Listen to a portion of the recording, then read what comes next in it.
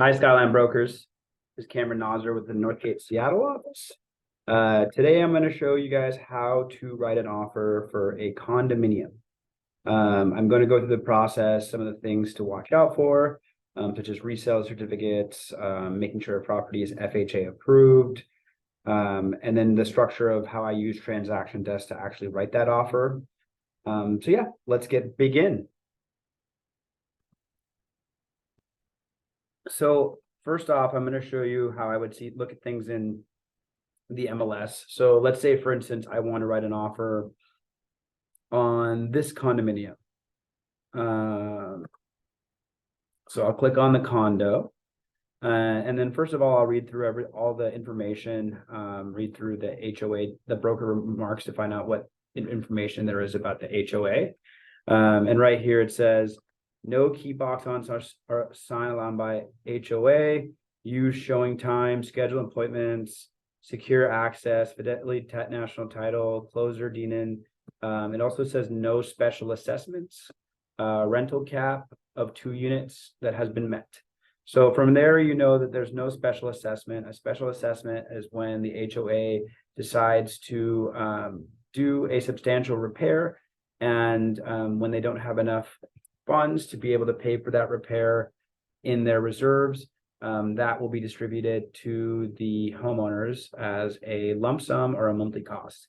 So with this unit specifically, there's no special assessment. With looking at a condo, things to watch out for a special assessment is going to be, first of all, finding out that they have a good reserve, and then looking at the outside of the property. So, you know, for instance, this one looks like it's a newer property, new siding, new roof, so new windows. But then also you want to make sure that, you know, there's no major issues. You look over the HOA docs, you'll look over the minute, and then you'll also make sure that they have a substantial reserve. So once I've looked over that, I'll also open up the supplements and I'll see, so they do have the CC&Rs. They do have a utilities addendum, legal description, seller disclosure. So I'll review the seller disclosure, make sure there's nothing major. The one thing that they don't have here is the resale certificate or the HOA docs. So I'll reach out to the owner, the listing broker, and see if they do have a copy of it. If not, I'll put a request in my offer that it's sent over to us to review. Next thing I want to look at is to make sure, you know, what kind of financing the property is approved for. So I'll start with just the listing itself to see if they advertise it as a FHA approved property. So we'll come to the financing, which is located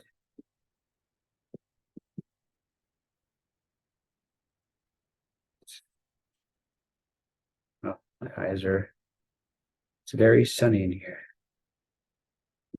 which is located right here. And you can see it's underneath potential terms. You can see that this property is only approved for cash out conventional. If I want to verify that myself, you can go to other websites. So I will check, there's the HUD's website. So I'll just type in FHA properties HUD. And then I'll come to this website.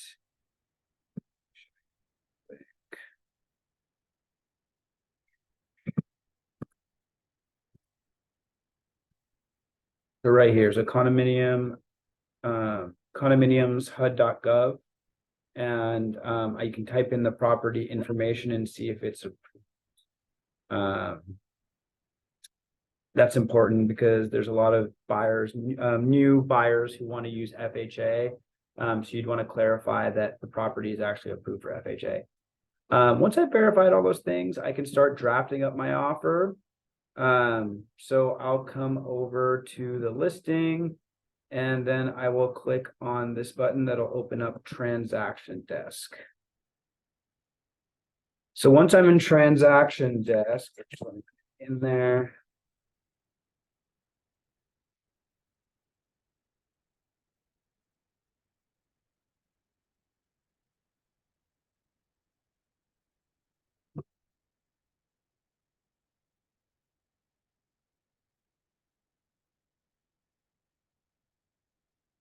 I can start drafting up my offer.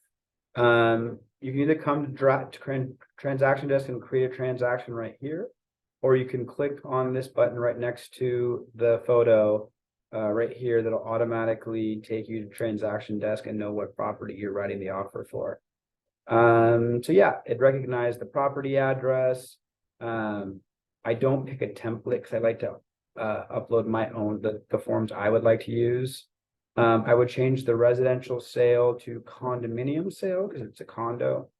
And then I would just leave everything else like it is.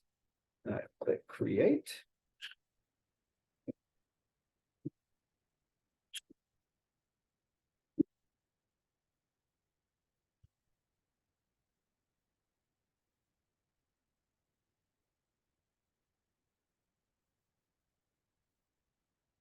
There, I'd go through and verify all the details to make sure that they're accurate. So condominium sale, open, the address looks correct. Year built looks correct. You know, this is all auto-populated. Here's where I put my purchase price. So if I was going to offer full price, I would just go full. And then I would click next. All right, so here's where I put my dates in. So if I'm putting my offer in tomorrow, I'll put the purchase and sale agreement date for tomorrow. Depending on expiration, so you know, if they're asking for a certain expiration, you can do what they're asking for. But I typically like to give 24 hours. So I'll put it for the 30th, which gives them till 9 p.m. on the 30th. There's no mutual acceptance date, closing date. So, you know, I need to check with my lender to verify how quickly they can close. Some lenders can even do like 21, 22 days if their loan's already been seen by an underwriter. But please make sure to verify that and when you're looking at dates to put your closing date on, you don't want to put it on weekends. You don't want to put it on holidays. So be aware of that. Find a date that's not a holiday, you know, especially this time of the year when we have Christmas coming up and New Year's. So find a day that's not a holiday. So let's just put it on the 28th. All right, so this is where I update my contacts. So it already knows the seller's contacts because it pulls it from the matrix system. It knows that you are the buyer's broker. And now here's where you can add your sellers. So if you already have them as a transaction contact, you can just go to add existing contact. If you don't, you'll have to create a new contact. So I will put buyer John Doe. Email is John D at gmail.com. All right, and then I'll click save. Then I'll hit next. Right, add my forms. The forms that you're going to need for a condominium purchase and sale, for the most part, you know, all transactions are a little bit different, but the ones that are going to be standard is going to be your condominium purchase and sale, which is the form 28. Keep scrolling down. So if we're doing financing, we want to add a 22A.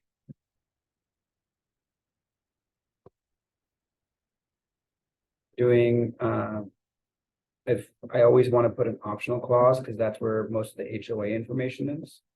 The FERPTA, the utilities, we already saw that all on the supplements. If the condo is built before 1978, you want to add a lead-based paint. If it's contingent, you can add a 22Q or a 22B, the contingency. And then as we scroll down, I see that brokers use this form a lot, the title contingency addendum. I see it as sort of a pointless repetitive form because you are protected for clean and clear title in the purchase and sale agreement. So I typically don't use that. It makes your offer weaker.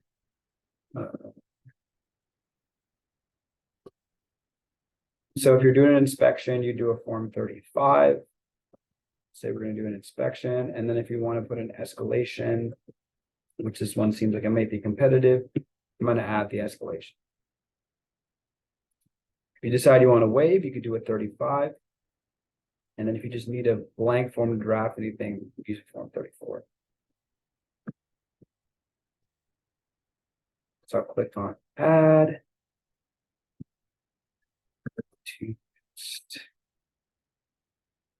All right, so this is where you're going to see all the supplements that we looked at originally. So the forms that we are going to be part of our offers, the 22E, the 17, the legal, the 22K.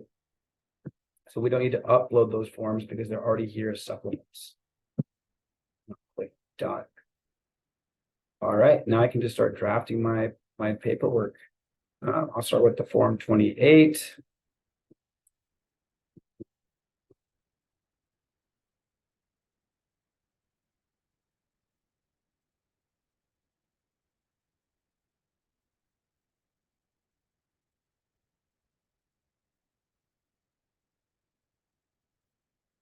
Start going down line by line. So the declaration recording number is typically attached to the exhibit A. So let me just verify that. I will open up the exhibit A, which is the legal description.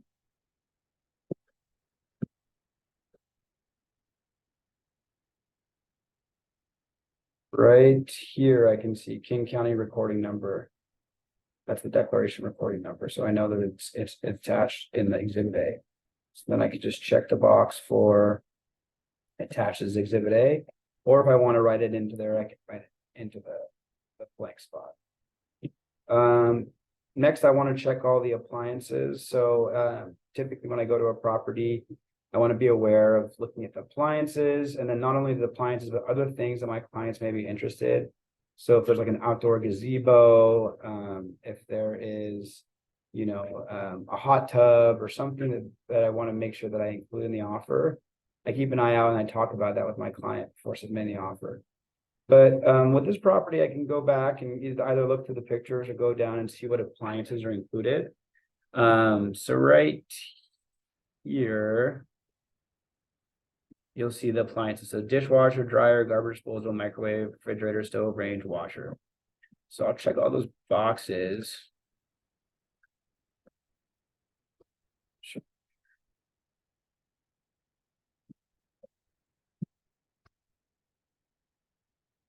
All right. And then I'll add the earnest money. So earnest money can be anywhere from $0 to 5%. In a competitive situation, I usually see like 3 to 5% or even more. So I'm going to be competitive with this one. Go 25K. Delivery date. So that's the time, that's the exact date that you have to deliver it to escrow. It needs to be delivered by 9 p.m. This is very important. This can blow up a deal. So I'll put somewhere between 2 to 3 days to give my client time to either go get a cashier's check or set up the wire. And then check is always held by a closing agent, as we don't have a trust account. I typically check forfeiture money, earnest money, because that protects your client more. Seller's election of remedies means they'll also be compensated for the seller's time and loss. Title and closing agent can be either looked at as what the seller already would like, but if you decide that you really want your own title company or closing agent, like for instance, we work with in-house escrow, and they offer 1 year free home warranty, and you want to push for that, then go ahead. But I'll just check the agent remarks for now, and I'll see. So the seller has requested Fidelity National Title. So I will just copy that. And the escrow closer is Deanon Person.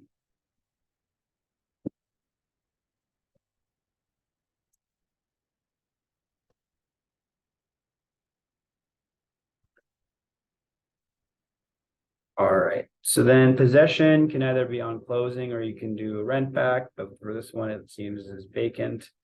22K will request, because we're going to add the form to pay for utilities. Charges, assessments levied. So this is really important. So this can be the assessment that I was talking about, or it can be any other charges, such as like a sewer capacity charge.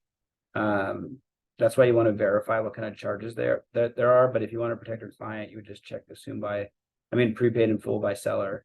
So your client isn't liable for that. The FERPTA is also a supplement, and I saw that they're not foreign investors, so I'll check that. And then public offering statement or resale certificate, because it wasn't there on the supplements and it seems that they don't have it.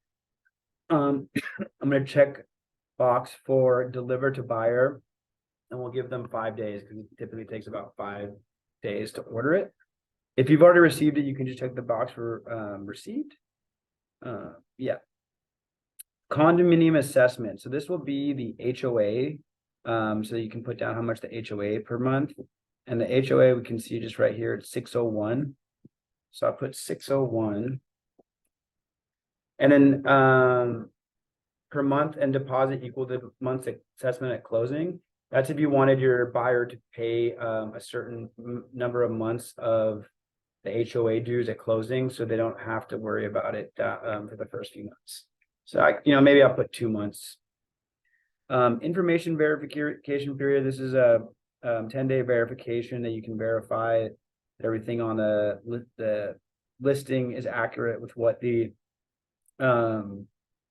marketing, what the truth is. So if you want to protect yourself more, I would put satisfied or waived, but it's up to you. If you want time as a contingency, you can put that. Buyer represented by buyer, seller represented by listing broker. And then I'll go down here and pay as offered for commission. And then I'll start adding the form. So I'll put 22A, 22D, 22K, 35, 35E. All right, now once I have that all filled out, I'll go and double check everything. All looks good, and then I'll move on to the next form. All right, the next form is the financing addendum. So this is something that I always want to verify with the lender, what are they planning to put down, what kind of loan type. This property is only conventional, so I'll put conventional first. You want to check to make sure you have the exact down payment. So I'll put 20%, for instance. And then this is the financing waiver section. So if you check this box, the seller would need to actually give notice for you to potentially waive financing. So if you want to protect your client, you can fill this section out. This says that if they waive financing, you will also or will not also waive appraisal. This will just cause an automatic waiver after a few days. So you can decide what you want to do in a competitive situation.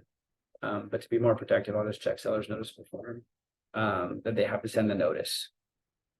If you'd like to include closing costs, which we're seeing a little bit more these days with the slower market, you could do that, paid by seller.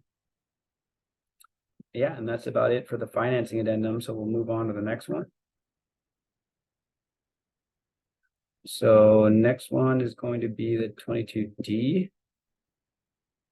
So this form has a few important things to check. This thing protects you in case the square footage isn't accurate.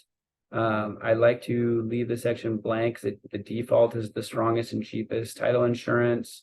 If you'd like the seller to clean the property, you can check that, but there's no really exact standard of what it needs to be cleaned to. If you want them to remove their personal property, and this just refers to what utilities are there. So public water, public sewer, electricity. I'll check all those boxes. The next page is the important one. So this is the HOA association review period. So since I haven't received that, I definitely want to add that to there. I'll change the days they have to get it to me by 5. And then, however many days you need to review it. So maybe like 3 days. Homeowners association transfer fee. A lot of the homeowners associations have like $150 to $350 transfer fee. So if you wanted the seller to pay it, you would check the box and do seller. But yeah, whatever you please. Excluded items. So if there's something that you want them to remove, you could put that. And then home warranty. So if you're getting a free home warranty from your title or escrow company, you can include that as well.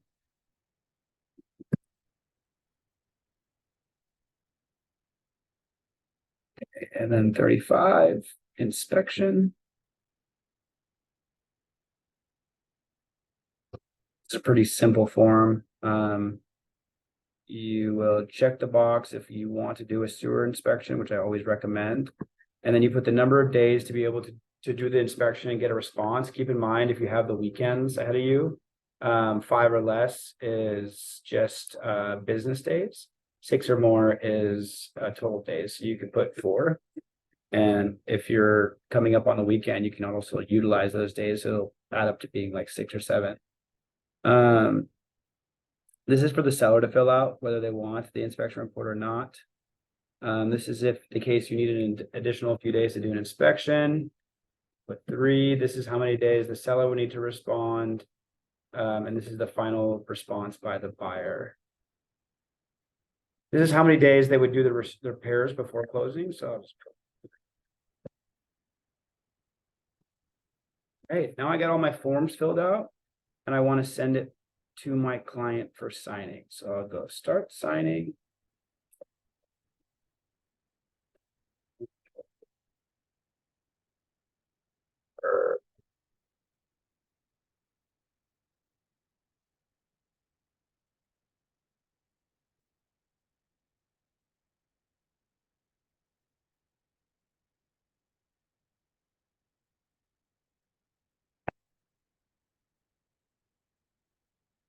So you how to send it for signing. So because I did it from the listing itself, all the docs and everything is going to be here. So I go to add docs, add all the forms I need, the financing, the optional clause, the inspection. Oh, we forgot to fill out the escalation. We'll leave it off of our offer. The 22K, the legal, the form 17, and the that's it.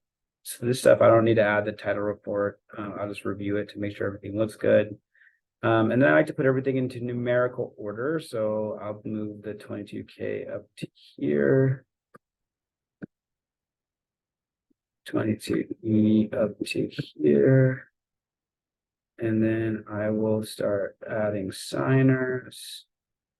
So I will add from my transaction, and I will add my buyer. There's a 22J, I'd have to add myself to sign, but typically it's just the buyer. So the forms that were done in transaction desk by me, it'll know where to put the signings. But the forms that were supplements, it typically doesn't, and you need to add the buyer's name and date. So we'll keep moving down. It does not need to be signed. Okay, so for instance, the 22K. So I will move to tools and I will move John Doe's full name right here. I will move the auto date right there. And then I'll add John Doe's initial right there. Inspection is fine. Legal needs an initial. And then seller disclosure.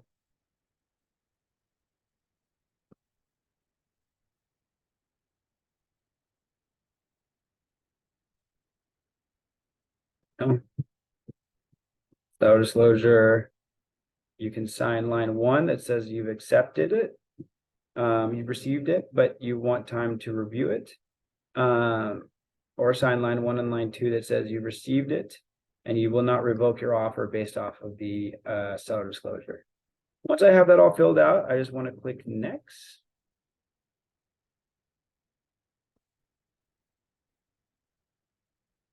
Bam. And then I send for my client for signing.